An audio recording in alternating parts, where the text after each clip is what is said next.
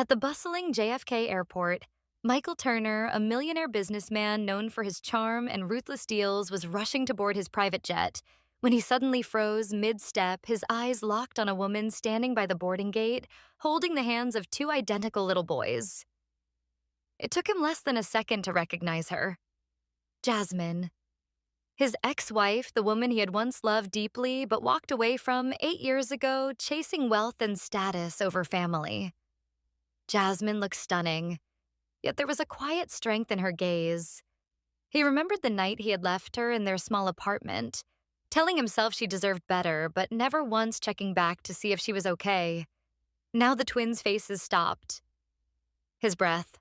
They had the same hazel eyes, same dimpled smile, same stubborn chin as him. And in that moment, his world spun. What would you do if you suddenly saw two kids who looked exactly like you, but you didn't even know they existed? He walked toward them, heart-pounding memories flooding back. The boys whispered something to Jasmine, and she turned her eyes locking with his, with an expression that was a mix of shock, pain, and unspoken words. Michael tried to speak, but his voice cracked. "Are they mine?" he asked, trembling. Jasmine hesitated, tears welling up.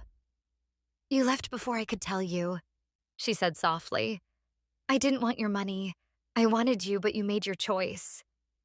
Michael dropped his briefcase, kneeling before the boys, his eyes wet as they studied him curiously. "Hi," he whispered, unsure if he had the right to say more. I'm your dad." The airport noise faded, replaced by the pounding of his heart. Jasmine's lips trembled as she added, "They're Ethan and Caleb."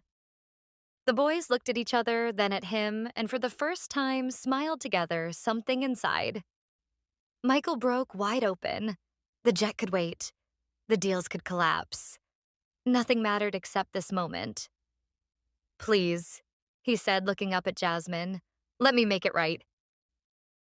And in that busy airport, surrounded by strangers, Michael realized he had just been given a second chance, one he would never throw away again.